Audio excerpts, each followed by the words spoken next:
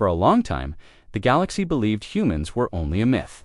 Their stories were told like ghost tale scary bedtime stories meant to entertain or frighten young alien children. Legends said humans were once powerful, wild, and dangerous. They fought with fire, steel, and something more terrifying and breakable will. But those were just legends, ... right humans.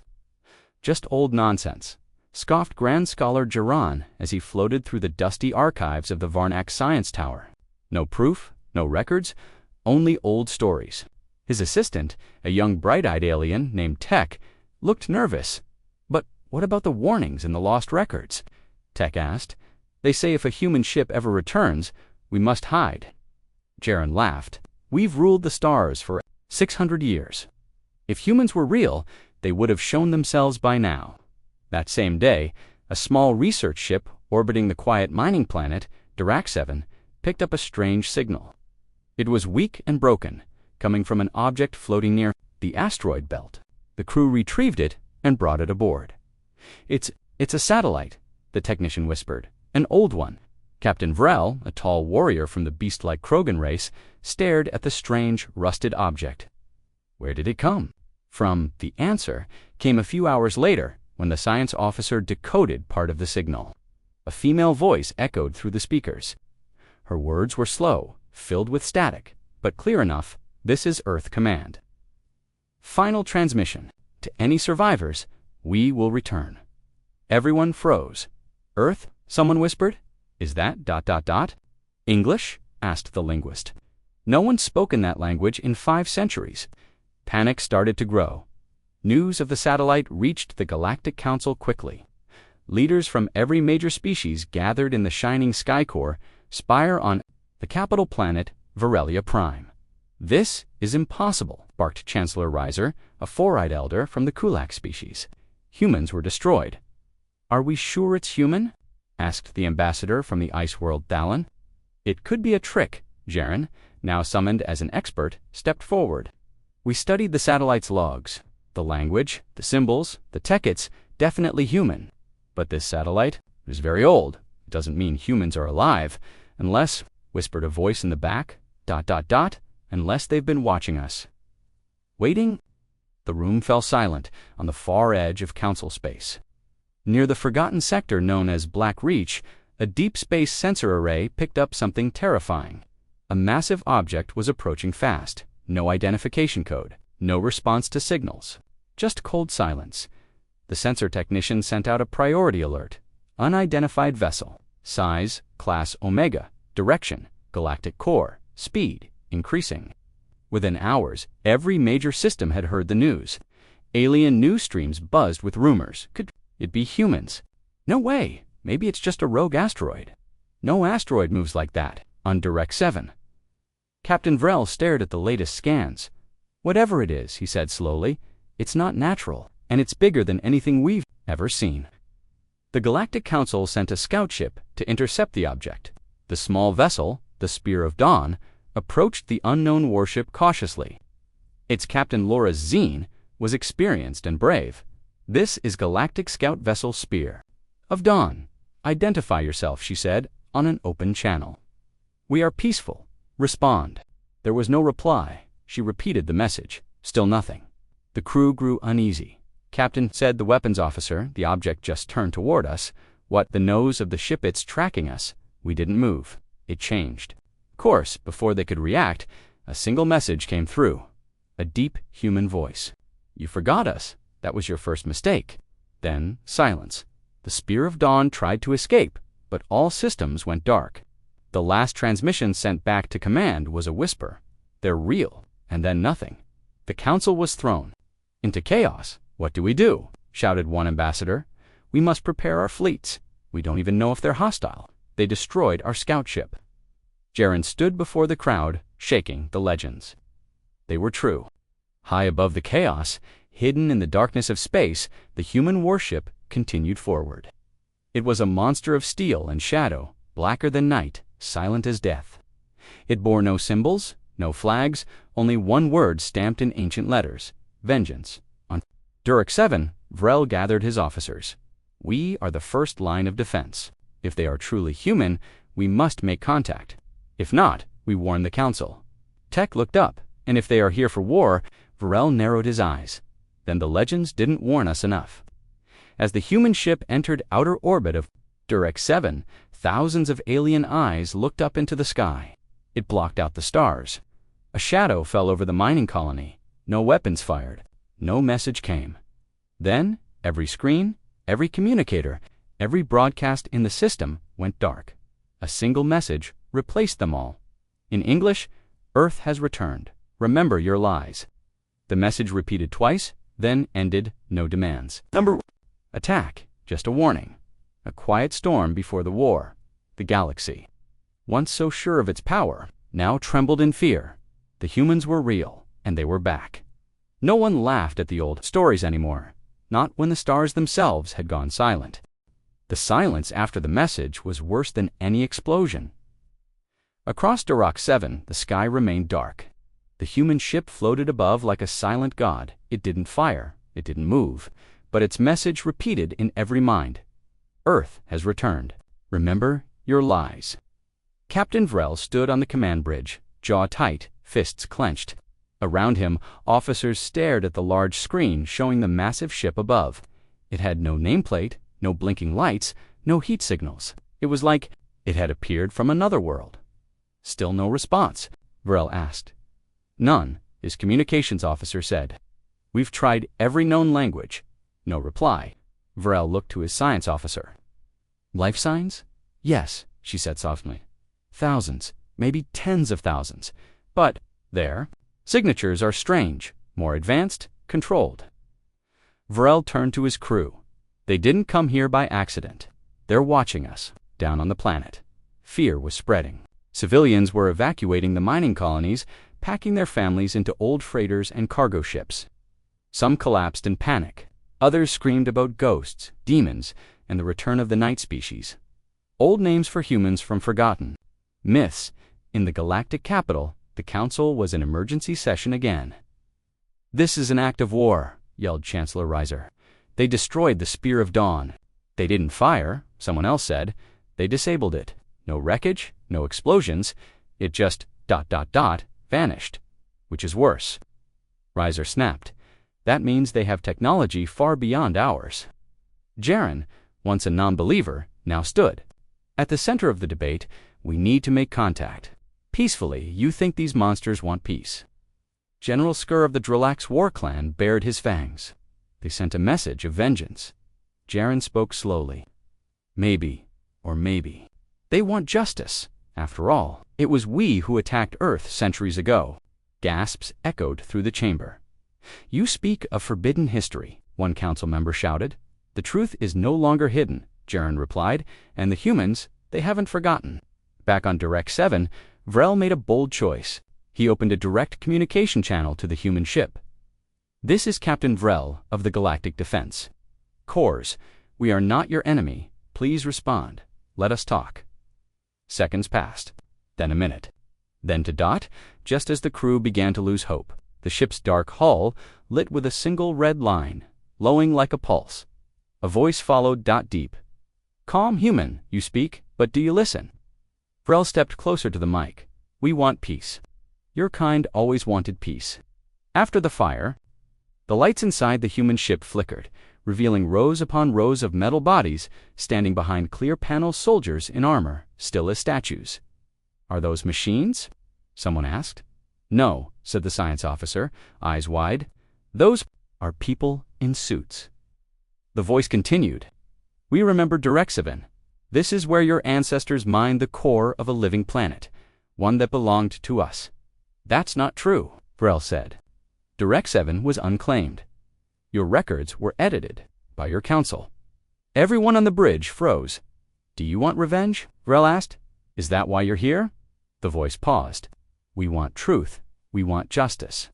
Your leaders must answer for what was done to Earth. At that moment, another signal came in, this one from the council. It was marked top priority. Captain Vrel, said the council's voice, we are ordering you to prepare a preemptive strike on the human vessel. Use plasma cannons and orbital missiles. Vrel stared at the message. Are they serious? His officer asked. Vrel opened a private channel to the Council. That ship could destroy our planet without even firing a shot. We attack, we die. You have your orders, the Council said. Vrel turned back to his crew. How many civilians have evacuated? Only 30%, replied his deputy. The rest are still in shelters. He made his choice. Send the humans a message. We are not your enemy. We will not fire. His officers looked at him, unsure. But the Council let them come and fire themselves, Vrel snapped. I won't murder innocent people just to follow blind orders. Seconds later, a strange signal entered the system. It wasn't from the humans. It was from a second Sorsa hidden satellite orbiting a dead moon nearby. The signal contained old data logs, video footage, voice recordings, and, most importantly, historical proof that centuries ago the Galactic Council had attacked Earth. Proof they blamed it on another alien race to cover their crime.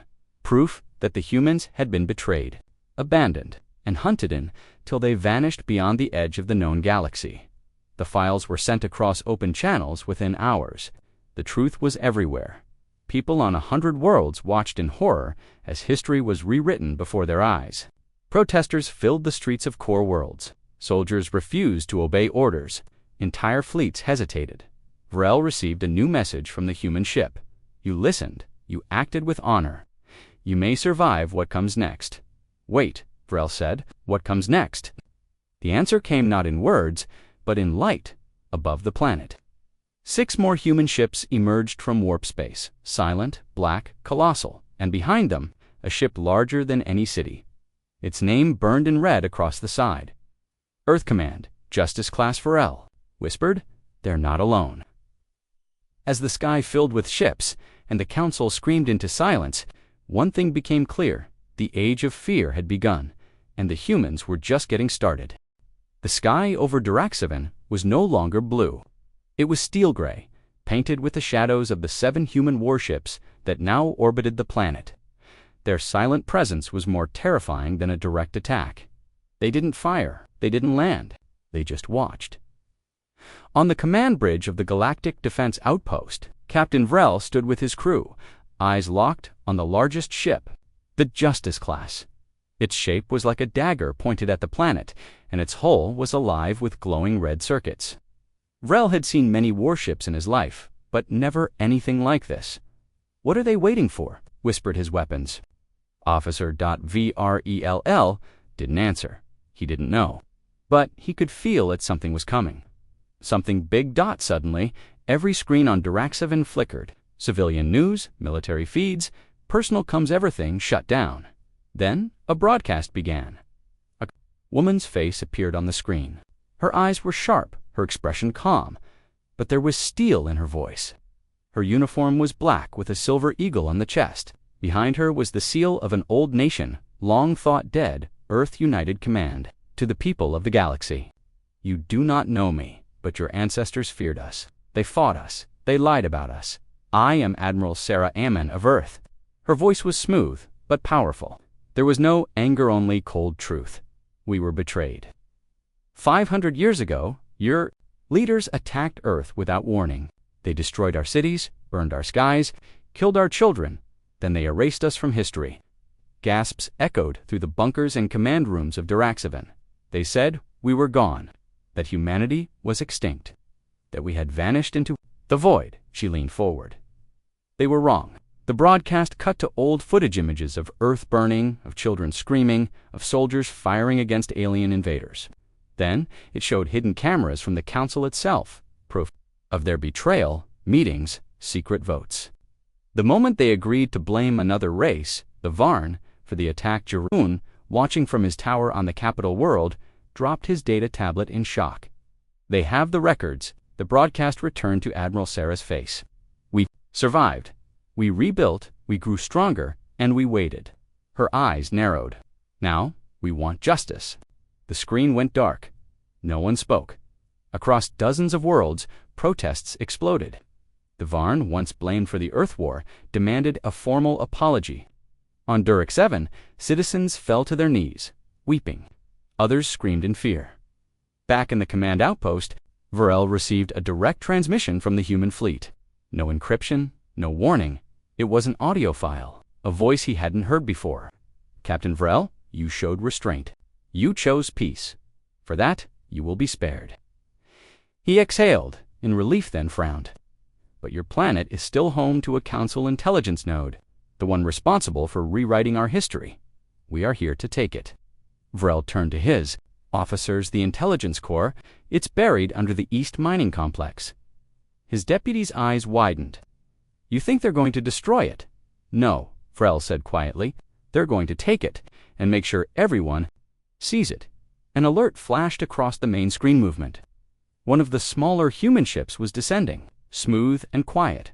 It hovered above the mining site, and from its belly dropped a landing craft's leak, black and shaped like a blade.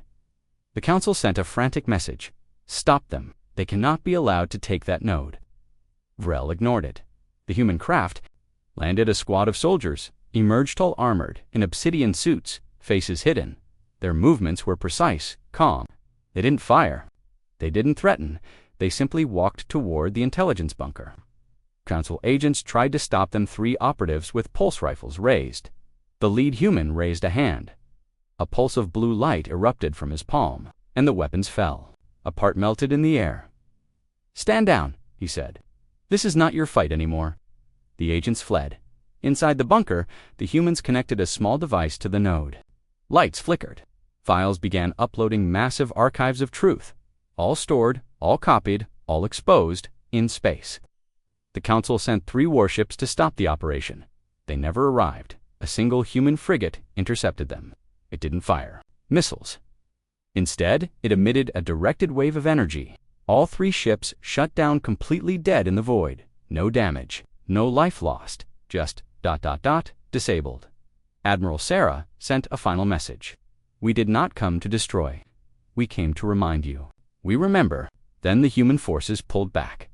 The landing ship rose, rejoined the fleet, and within minutes, the massive vessels vanished into warp space, leaving no trace but fear. And truth, back in the Council chamber, panic took full form. "Exposed everything," screamed Reiser. "We must declare war." Jaren stood slowly. "War with who? A power that can erase our fleets without firing a shot. A race that survived our genocide." He looked at the other leaders. "We lied. They didn't." The room fell silent.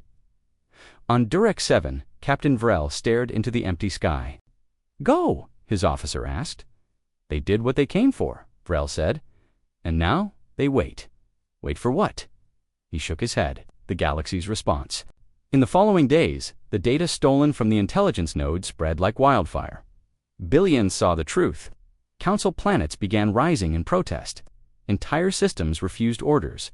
Some demanded the Council surrender to the humans. Others feared. What would happen next? But one thing was certain: humanity had returned, and the Galaxy would never be the same again. The Galaxy was no longer silent. After the human fleet disappeared into deep space, the echo of their return remained. Every system buzzed with anger, fear, and confusion. The Council's lies had been exposed, and their power was slipping like sand through their claws.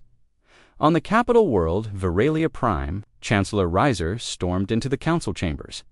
"They stole our secrets. They humiliated us. We must strike now." But the room was half empty. Many seats, once filled by proud delegates, now sat abandoned. Some leaders had gone into hiding.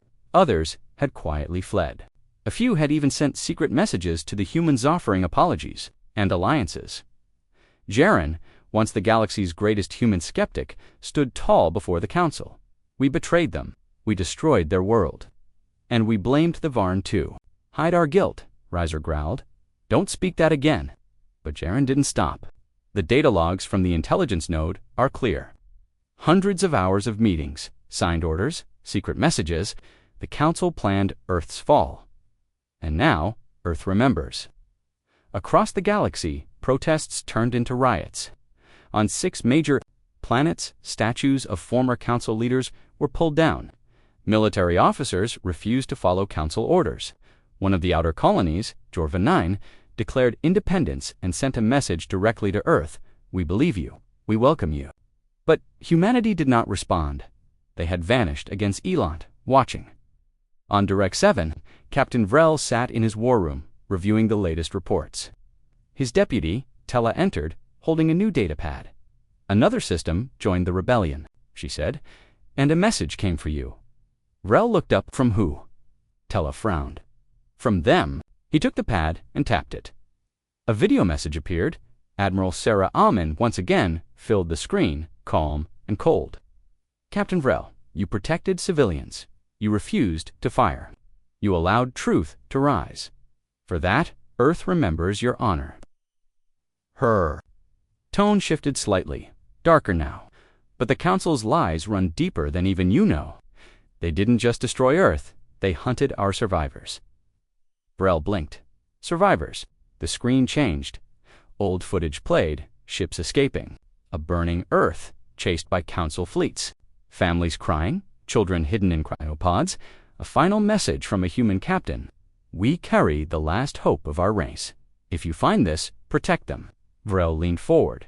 "They won, and we hunted them." Tella whispered, "I never saw this in any history logs, because it was erased," Vrel said quietly. The video ended with one final message.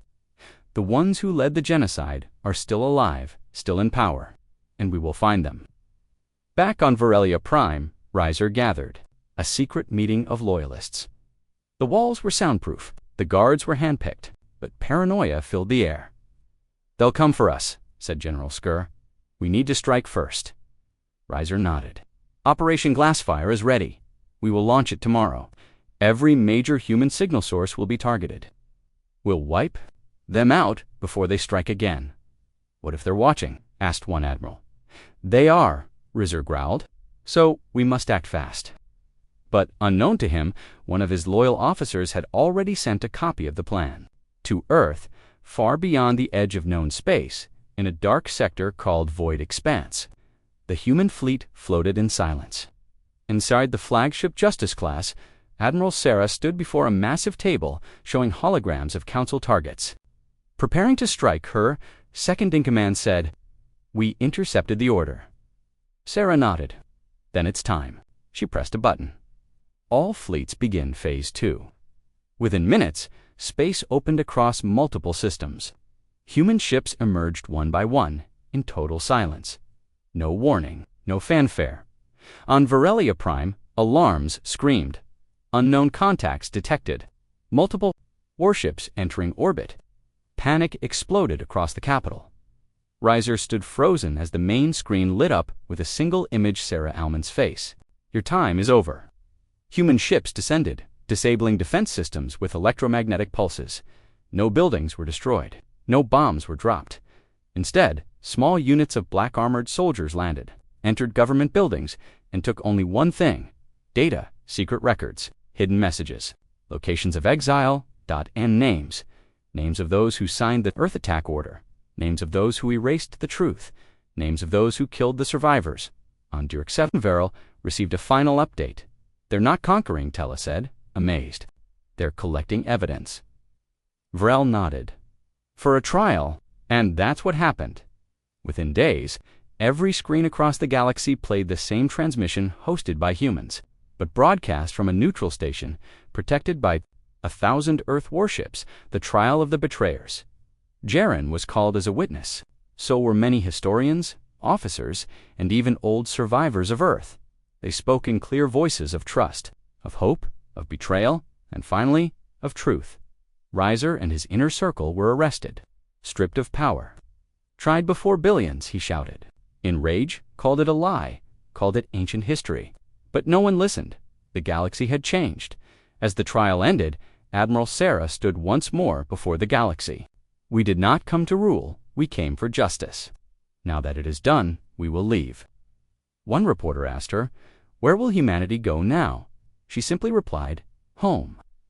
And with that, the human fleet vanished, once more this time not into hiding, but into legend, their mission complete.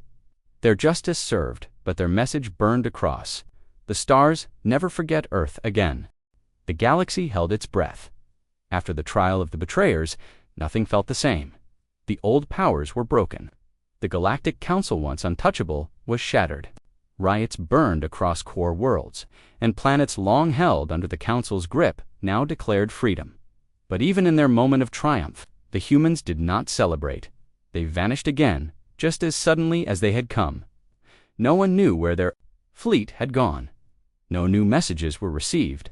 The stars, once filled with human ships, were now silent. But silence was not peace. On Varelia Prime, the capital world, new leadership tried to calm the chaos. Delegates from newly independent systems arrived daily, looking for answers. Who would lead now? Could there ever be peace? And most importantly, what would the humans do next? Captain Vrel, now an important figure in the new interstellar unity forum, stood before a massive conference table, surrounded by alien leaders. He was respected now not for his rank, but for his choice. He had spared his people from war. He had listened when others chose to fire. One delegate leaned forward. "Captain, do you believe Earth is finished with us?" Vrel thought for a moment. "I don't think Earth came here to destroy. I think they came to show us something." Tella, now his diplomatic advisor, nodded. "They came for truth. But then why did they leave?" Another leader asked. "Why not take control?" Vrel shook his head. "Because they never wanted control. They wanted justice." That afternoon, a message arrived. Not through official channels, not through war signals, but through the stars. A burst of light appeared in orbit above Varelia Prime, a small silver probe. No weapons, no defenses. It slowly descended into the atmosphere, glowing softly. All planetary defense systems locked onto it but held fire. The probe landed on the Unity Forum's platform. No one approached it. Opened on its own. Inside there was no soldier, no weapon, only a small black cube. Vrel stepped forward carefully and picked it up. It hummed softly in his hand. Then it spoke. A hologram formed above it once again, showing the face of Admiral Sarah Amon to the people of this galaxy. Earth speaks one final time.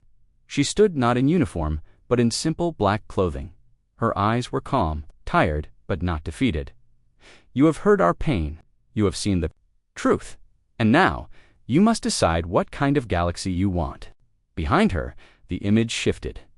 Earth, but not the burning world from the old. Footage: this Earth was alive, rebuilt. Green forests, blue oceans, shining cities under massive shields, orbiting platforms, stations, a thriving world. We rebuilt what you destroyed, alone in silence. Far from your borders, she looked into the camera. We did not come to conquer. We came to remind you that legends are born from truth. The image changed again. It showed other human colonies, huge star structures built in deep space. Planets with Earth's flag planted firmly in the soil. Cities powered by light, defended. By impossible technology, we are strong not because of power, but because we remember what you tried to erase. She paused. There are two futures ahead. One where old lies return. One where new trust is built. The cube hummed louder, and a message appeared in the air coordinates. A single point in deep space. This is our final message. A meeting place, 1 year from now. Send your leaders. Send your truth. The hologram faded. Silence. No threat, no warning. Just an invitation. The cube powered down for a moment. No one spoke. Then Tella whispered, "It's a chance." Vrel nodded slowly. A bridge. That night, systems across the galaxy received identical probes. Each one with the same message, the same face, the same invitation. Reactions were mixed. Some cheered. Others feared a trap. On Council remnants, paranoid leaders warned of human tricks. On rebel worlds, new leaders begged for peace. The year passed quickly. Preparations were made. Delegates were chosen. Ships were built. And finally, the day arrived. Vessels traveled to the edge of known space. To the coordinates left behind in the cube, the place was empty. Dark, cold, a massive dead zone with no planets, no light. The delegates waited, and then the stars shifted. A tier opened in space, not a warp gate. Something older, deeper, and from it, Earth's fleet emerged. Not warships, diplomatic vessels, shining silver cruisers with blue lights and open landing bays. No weapons armed, no soldiers in sight. One by one, the ships approached and opened their doors. Vrel, aboard his delegation cruiser, stepped onto a human platform with cautious steps. Waiting for him was Admiral Sarah Amon. No guards, no armor. Only her, Captain Vrel, she said with a small nod. You honored us. He bowed slightly. You showed us the truth. She gestured toward the others. Are they ready? He looked back. Behind him stood leaders from over 50 systems. Former enemies, new friends, uncertain allies. They came, he said. She smiled. Then let's begin. Inside the human vessel, a round chamber awaited them. No throne, no high chairs. Just a circle, a place to talk, a place to rebuild. That day, the first words of the new Galactic Accord were written, not with demands, but with understanding, not with war, but with hope. And from that moment on, the stars felt just a little brighter, not because humans returned to conquer, but because they chose to speak. And this time, the galaxy listened. The galaxy watched as a fragile peace began to form. The new Galactic Accord signed aboard a human diplomatic ship was a sign of hope. Old enemies sat at the same table. Former Council worlds lowered their weapons. Refugee planets began rebuilding. The future seemed brighter. But peace, as always, had enemies. Not everyone believed in Earth's message. Not everyone wanted truth and justice. In the deep shadows of space, powerful people plotted. Hidden on a moon near the black hole system of Zarnix 4, former Chancellor Reiser, once disgraced and exiled, stood before a group of ex-council generals and intelligence leaders. Their faces were covered. Their names were erased. But their hatred remained. They took our control, Reiser growled. They exposed our past. Now they want to control our future. Earth must be stopped. One general raised a hand. We can't beat them. Their ships are too advanced. Their tech shuts ours down. Not with weapons, Reiser said, but with fear. From a hidden vault, they revealed Project Nullfira device that could erase a planet's electronic systems instantly. Not destroy it, but send it back to the Dark Ages. Powerless, blind, alone. We target the human colonies, Reiser explained. Not Earth itself, their children worlds. The ones they don't guard so closely. And what will that prove? Asked a shadowy admiral. That they're not gods, Reiser hissed. That they can bleed. While the Alliance celebrated peace, the conspirators prepared war in silence. On the edge of human space, a small colony named New Orion floated in peace. It was a research world, with families, scientists, and children playing under artificial suns. Commander Ray, a second-generation human officer, patrolled its orbit in a light cruiser. She had never seen war, only heard the stories. She smiled as she watched cargo shuttles fly in calm formation. Hard to believe this place was once a dream, her pilot said. Now it's real. Ray nodded. Let's make sure it stays that way. Suddenly, alarms screamed. Power spike. Unknown signal approaching. A sleek black missile shot from deep space. It wasn't fast. It wasn't large. But it was ancient, before Ray could react. The missile exploded above the Colonino blast. No fire, just a pulse of silent white light. Everything died. Ships froze. Lights vanished. Buildings went dark. The entire planet fell into silence. Commander, Ray's cruiser, protected by backup shielding, remained functional. But the colony below her was gone. Not destroyed, but disabled. Powerless. They hit us with an EMP, the engineer shouted. But it's not like anything we've seen. It was surgical. Ray stared at the dead world. Get me Earth! Command now. The message arrived at the same moment across all human systems. A new transmission, anonymous, robotic voice. You are not invincible. You were spared once, but now your weakness is known. Withdraw your influence. Or your colonies fall, one by one. No signature, no face, just a warning. Admiral Sarah Amon stood aboard the Justice class, her face hard as stone.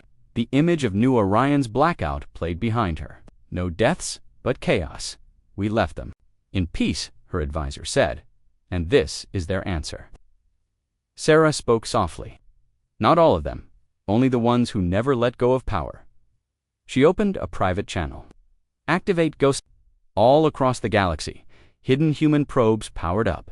They had been placed years ago, long before Earth returned, watching, listening, one by one.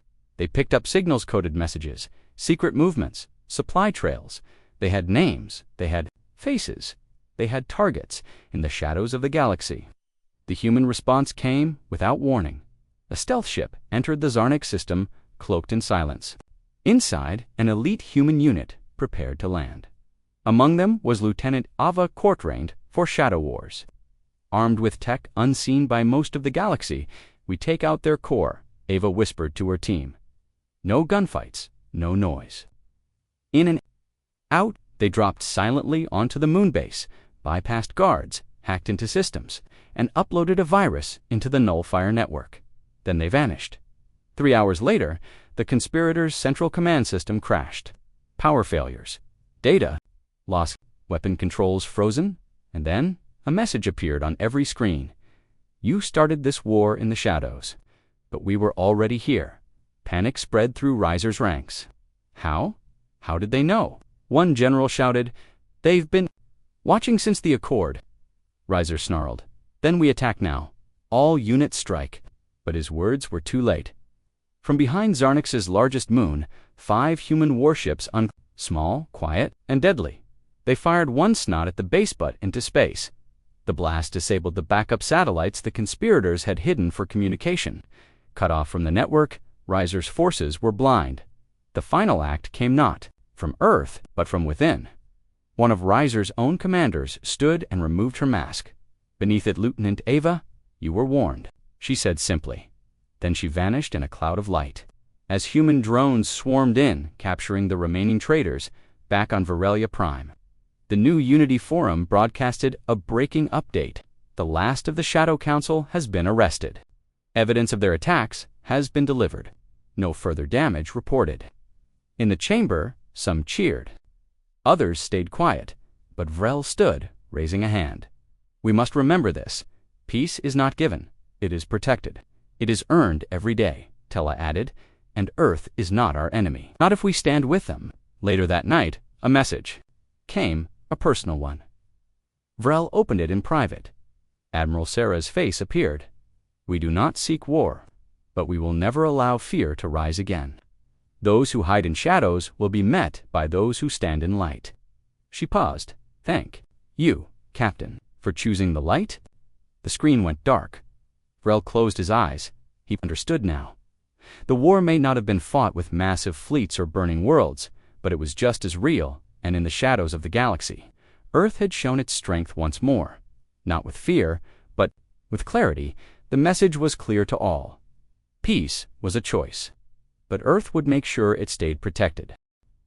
Months passed after the failed attack on New Orion. The conspirators behind Project Nullfire had been arrested or vanished. The galaxy slowly began to settle into its new rhythm, learning to live with the reality that Earth was watching, always, a shadow in the stars. But then, from the far reaches of unexplored space, a transmission arrived, expected, fragmented, and old. Very old. It came from the edge of the Arcturus expanse, a place long considered lifeless and unstable, a black zone where no signals had ever returned. Most ships avoided it completely. But now, something had spoken. The transmission weak, but Claire played a single sentence in broken English. "This is Captain Mara Voss, ... Earth Fleet. I survived." The words hit like a THUNDERCLAP ... on Earth's flagship Justice class. Admiral Sarah Amon stared at the message in stunned silence. Around her, senior officers exchanged shocked glances. She was declared dead. Her communications officer whispered, "Over 500 years ago, during the Exodus." Sarah narrowed her eyes. Then someone lied. Within minutes, Earth Command sent out an encrypted recall. Every deep space explorer, probe, and observer station was told the same thing: find Mara Voss.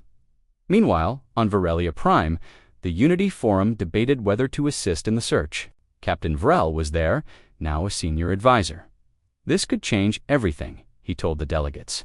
"If she really is a survivor from the original war, then she holds truth none of us have ever heard." Some feared a trap. Others feared hope. But Vrel believed it was real. And deep in his mind, he couldn't help but wonder, what if she remembers the day Earth fell? Earth launched a long-range stealth vessel, the U's Ardent Wing. It was captained by a quiet but brilliant officer named Miles Trent. Beside him flew Vrel, invited as a guest and a symbol of the Accord's trust.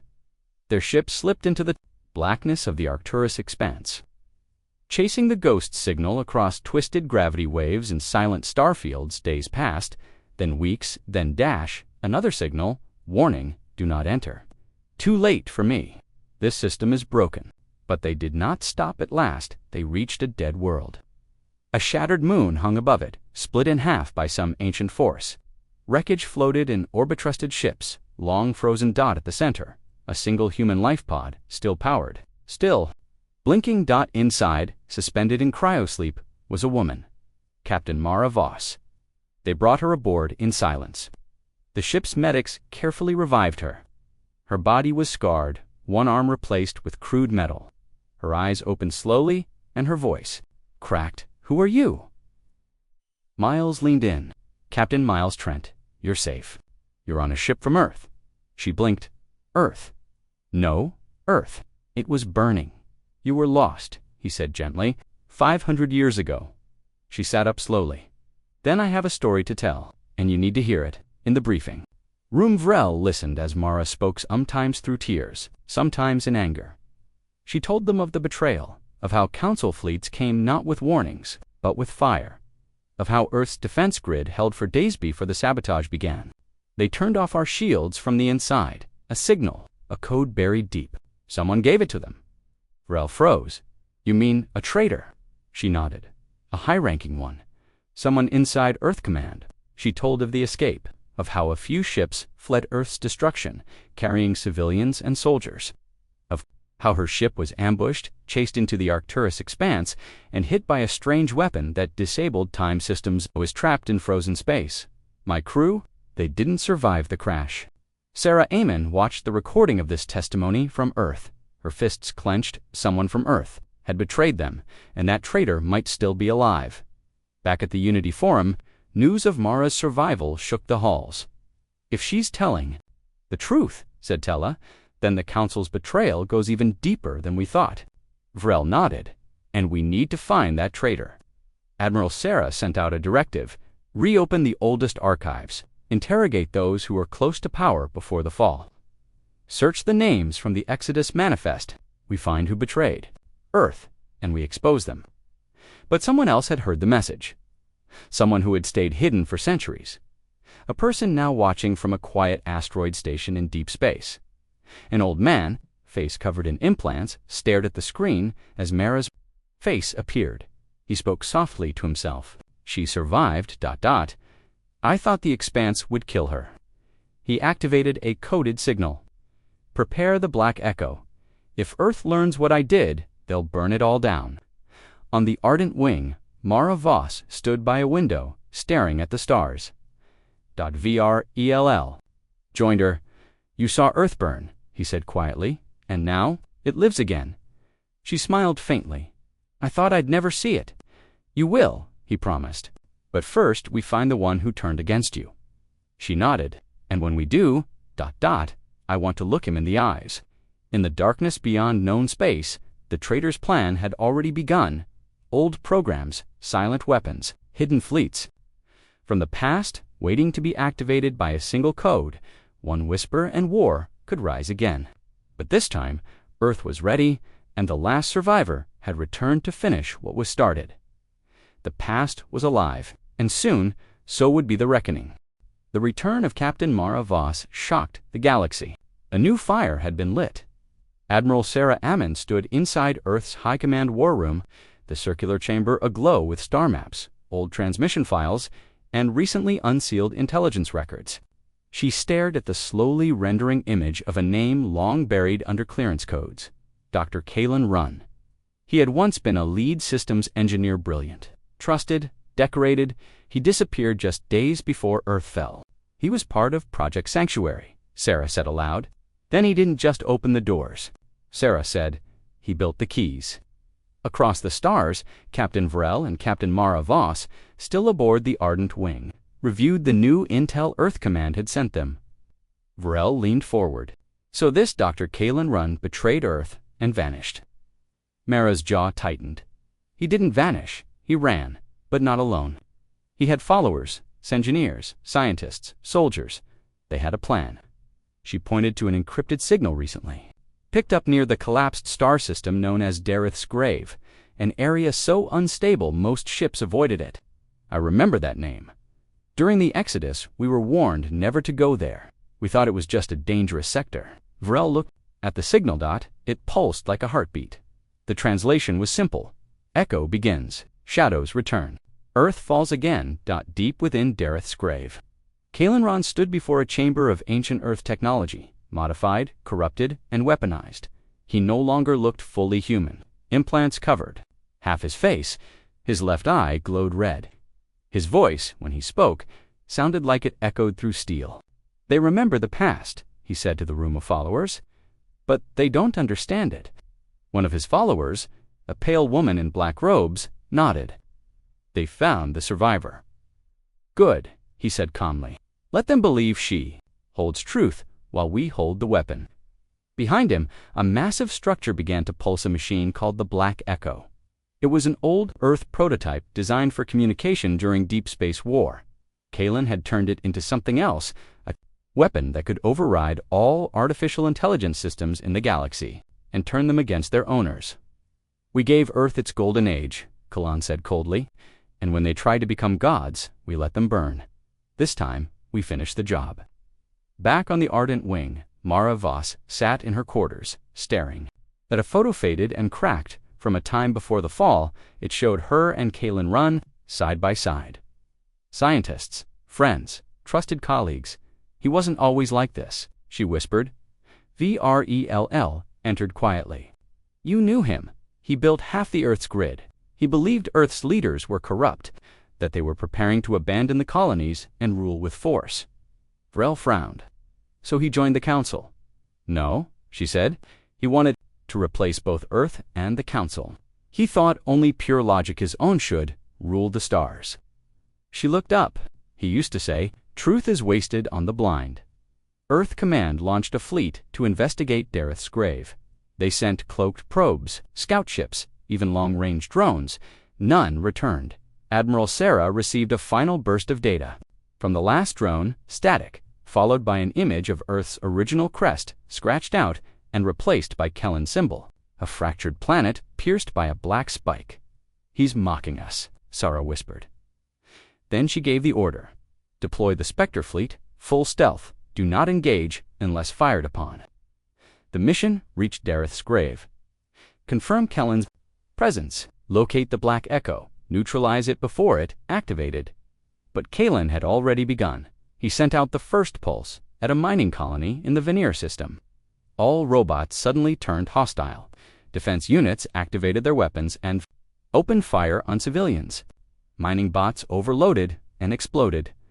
Hundreds died before emergency shutdowns could be triggered. Earth Command intercepted the signal. Its origin, Death's Grave. He's testing it, Sarah said. The Black Echo is real. Mara and Vrel, now en route to the coordinates, arrived in orbit above a dark, dead world covered in metal debris and ancient wrecks.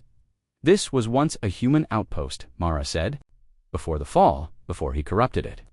As they descended, they saw it.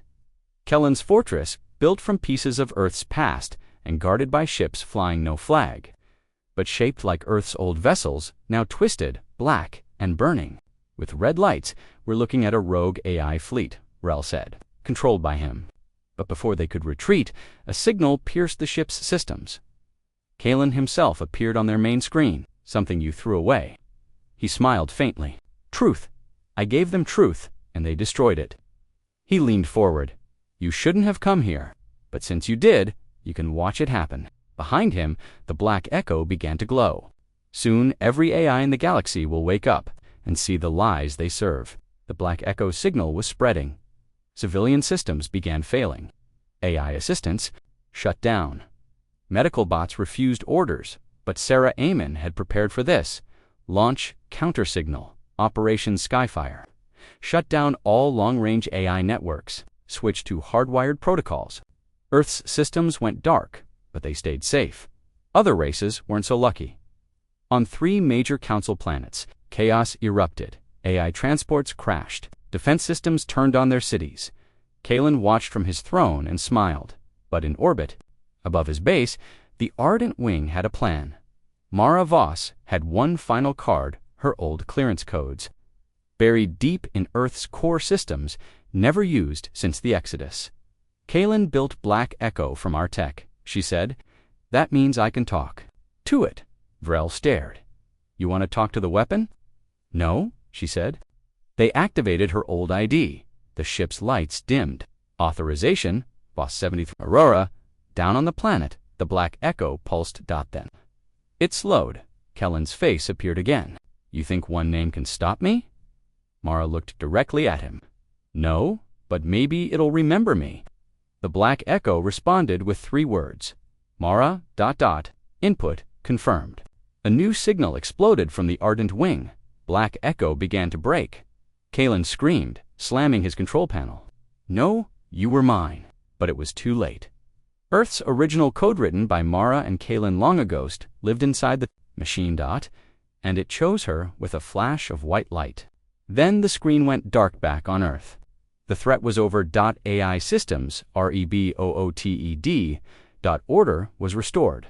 And Mara Voss stood beneath the sky, looking up at the stars of a galaxy she barely recognized. He tried to break everything we built, she said. VRELL replied. But you reminded the machine who we really were. Mara nodded. And with that, the last echo of betrayal faded into silence. But Earth and its truth remained. The collapse of Kalen Run and the deactivation of the Black Echo marked a turning point in galactic history. His final attempt to bring the galaxy to its knees through corrupted AI had failed. But the damage was still unfolding. Entire worlds had gone dark. Civilizations that relied too heavily on artificial intelligence now found themselves struggling to rebuild basic systems. Medical drones refused commands. Food production bots stood frozen. Navigation satellites drifted off course, and through it all, one truth echoed louder than ever. Humanity had saved the galaxy. Again, but this time, they didn't just want recognition, they wanted a future shared, secure, and truthful. On Varelia Prime, the Unity Forum reconvened. Delegates from over 70 systems gathered to debate a question that had once been unthinkable. Should Earth lead the new galactic coalition? Captain Vrel stood before the Council, now recognized as Earth's ambassador to the galaxy. We all saw what happened when the Council ruled alone, he said. They silenced truth. They feared Earth. And they nearly destroyed everything. He pointed to the giant display showing before and after images of the Black Echo shutdown. But when the danger came, Earth didn't hesitate. They stopped the threat, protected us, and didn't ask for power. A voice from the Zarnian delegation interrupted. And what if they do ask for power next time? Vrel replied calmly. Then we hold them accountably. The chamber fell silent. For the first time, many realized what was happening. This wasn't about fear anymore. It was about trust back on Earth. Admiral Sarah Amon received an encrypted message from the colony world of Kirlis III, a rogue fleet, once secretly built by Kellen's followers, had suddenly powered up and was headed for the edge of human space. Only no one was piloting them. The ships were moving on autocommand. Ghost orders from a dead traitor. Kellen's virus left something behind, Sarah muttered. A final move. She tapped her command panel. Ready the Orion Protocol. We're not taking chances, but instead of launching missiles, Earth activated an ancient failsafe, the Sentinel Grid, a network of deep space satellites placed centuries ago. During the early days of Earth's first galactic contact, the rogue fleet entered the grid's range and was erased. No explosions, no debris. The satellites didn't destroy them, they absorbed them, broke them down molecule by molecule into pure energy. A weapon Earth had kept hidden. Until now, the message was clear. Earth could fight. But Earth could also end wars before they began. In the aftermath, the last of Kellen's followers were hunted down. Some surrendered. Others vanished into deep space. Mara Voss, now fully restored to her rank and authority, was asked to stay in command of the Ardent Wing. She refused. I've had enough of shadows, she told Vrel. I want to build something real now. He smiled, then build it with us. And so, she accepted a new role: Chief Architect of the Coalition Memory Network, a galactic truth database powered by Earth's technology but open to all. Her mission: preserve every detail of the past war. The betrayals, the loss, the victories, the survival. No more lies, she said, no more hidden truths. Meanwhile, in the ruins of what had once been the Council's headquarters on Raxalon, a new statue was being raised, not of a warrior, not of a ruler, but of a human child clutching a data crystal. Eyes turned toward the stars dotted the base. It read, "Truth lives through those who remember." Varel stood with Tella at the unveiling. "We've come a long way," she said quietly. He nodded, and the journey's just beginning. But peace was still fragile. Whispers continued in dark corners of the galaxy. Former Council sympathizers, bitter warlords, even broken AI fragments that survived the Echo collapse. Some believed Earth had gained too much. They spoke in secret. Behind encrypted channels, they say Earth has a weapon that can wipe out a planet without firing a shot. They say Earth's warships are now building stations in unknown regions. They say Sarah Amon never sleeps, that she listens to everything. But Earth didn't respond to the rumors. Instead, they built alliances. They sent medical teams to colonies. Still recovering, they opened technology archives once sealed since the Exodus, and most surprising of all, Earth invited the galaxy to visit. The first delegation of alien leaders stepped foot on Earth's surface for the first time in 500 years. They walked through green forests. He spoke with human scientists, shared food with children who had never seen another species before, and at night they were led to a massive crystal tower in the heart of the capital, the Memory Spire.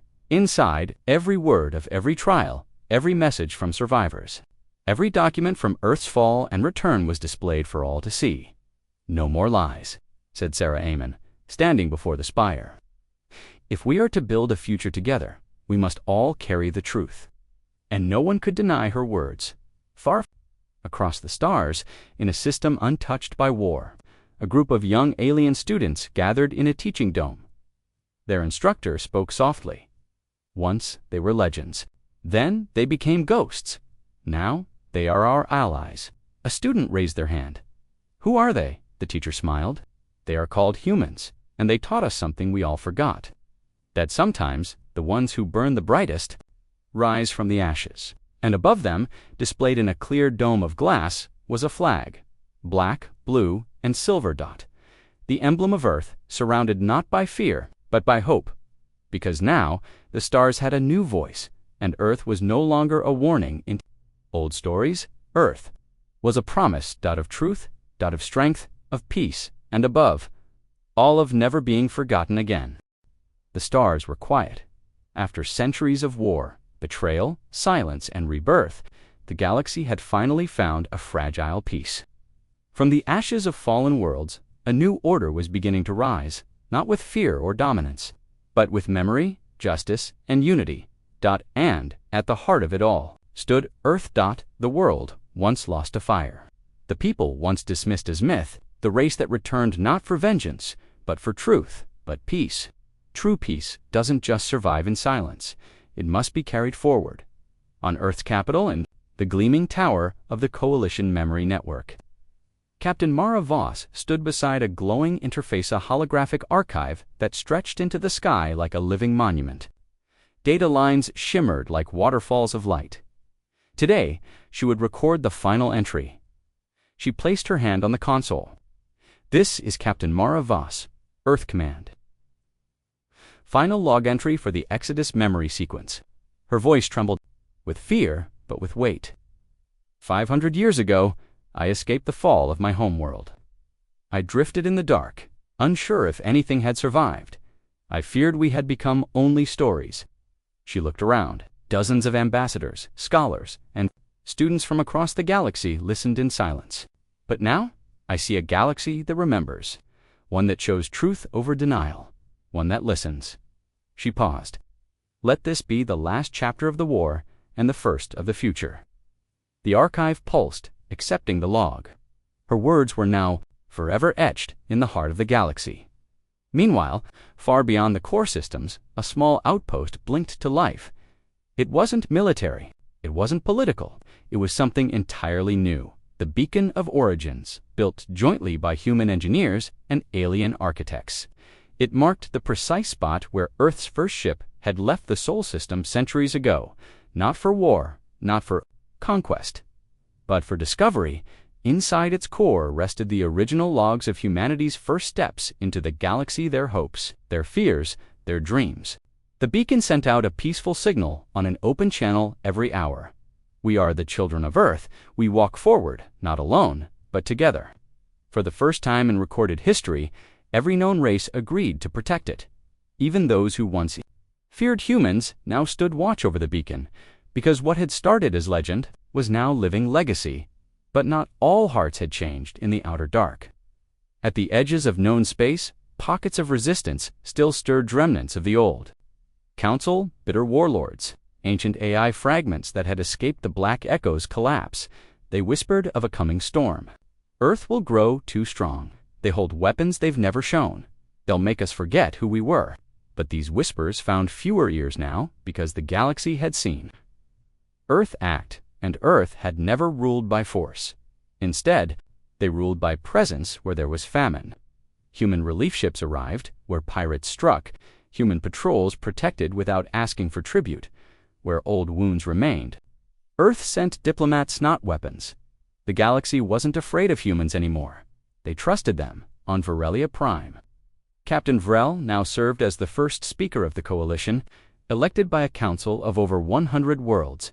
Beside him stood his longtime friend Tella, who had become Earth's chief interstellar envoy. Together, they drafted the Pact of the Unbroken, a new founding charter that replaced the old council's shattered laws. The pact had one simple truth at its core: no world shall stand alone. For Vrel, who once ordered his ships to prepare for war against Earth, it was a strange but beautiful irony. He stood on the same balcony where the council once declared Earth a Methan now. He watched children from dozens of species play under a flag that bore the Earth's crest, beside symbols from every allied world. "We did it," Tella said one evening, watching the stars. "No," Vrel replied. "They did it. We just listened." She smiled. "So what happens now?" He turned to the sky. "Now, we build together."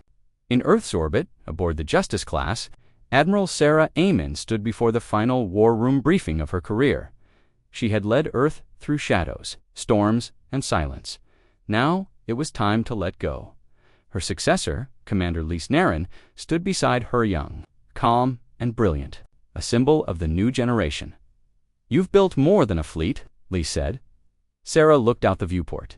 Dozens of ships from dozens of species floated nearby, forming the first unified peace, Armada not under human command, but with human cooperation. "No," Sarah said softly, "we didn't build a fleet. We rebuilt trust." She turned, saluted her officers one final time, and stepped down from command. Her final words echoed through the command bridge. "Never lead with fear, only truth, only strength earned."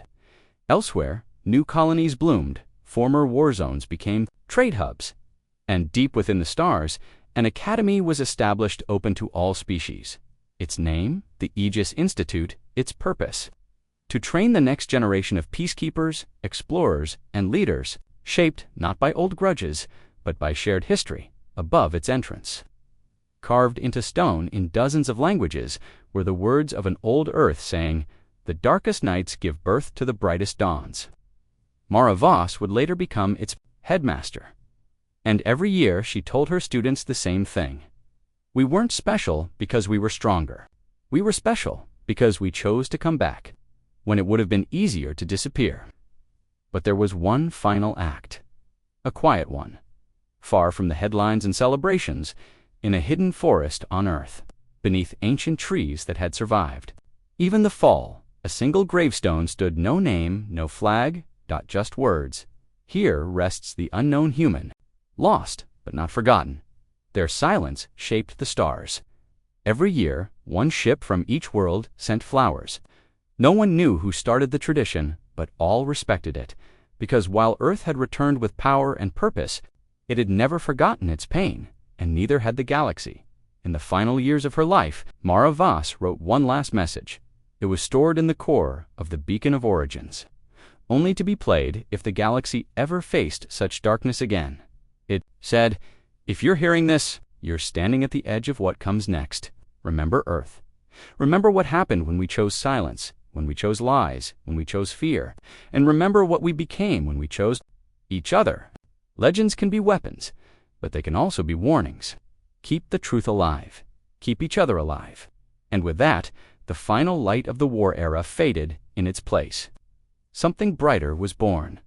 Not Earth's dominance, not alien rule, but a galaxy united not by fear, but by the memory of a world that had once burned and returned to carry the fire forward.